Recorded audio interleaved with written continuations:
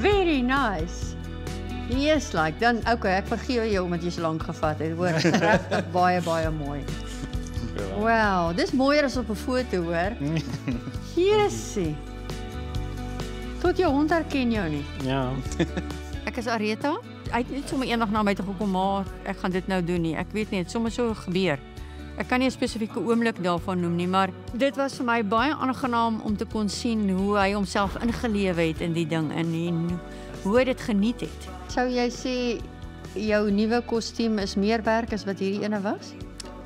Ek dink daar's bietjie meer finicky dinge in. Hierdie is of ek weet nie regtig nie. Ek dink elke kostuum het mos sy eie. Ja, want jy het dan maar vrek hard gewerk aan hierdie een. Daar's nie regtig repeatable dinge nie. Ek het dan partykeer so gekyk en dink ek, Jesus, weet jy, ek sou maar gekyk het of ek iets kon reg kom, maar ja, hy het elke keer 'n ding van voor af begin as hy nie tevrede is daarmee. Ja, jy gaan baie trial and error. Ja, nee.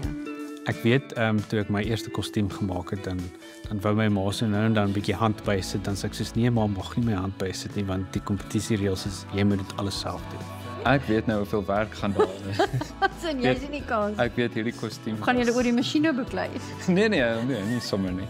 Maar ek weet hierdie kostuum was 3 amper 4 jaar gewees. Toe ek uitgevind het waarna doen cosplay, was dit vir my nogal 'n nuwe wêreld gewees, want daar is 'n hele kultuur en 'n subkultuur rondom cosplay wat ek glad nie geken het nie. En so ook rondom anime wat ek nie geken het nie.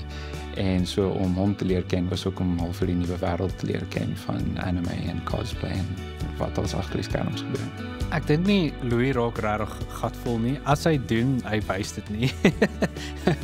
Maar hy support my nogal deur alles. Baie keer dan sit ek brand ek vas met iets in my kostuum, dan sal ek met hom gesels en dan sê ek soos, okay, dan gee 'n bietjie, mense het maar 'n soundboard nodig, maar hy tot soms dan sê hy maar, wat as jy hom net so draai of so, daar's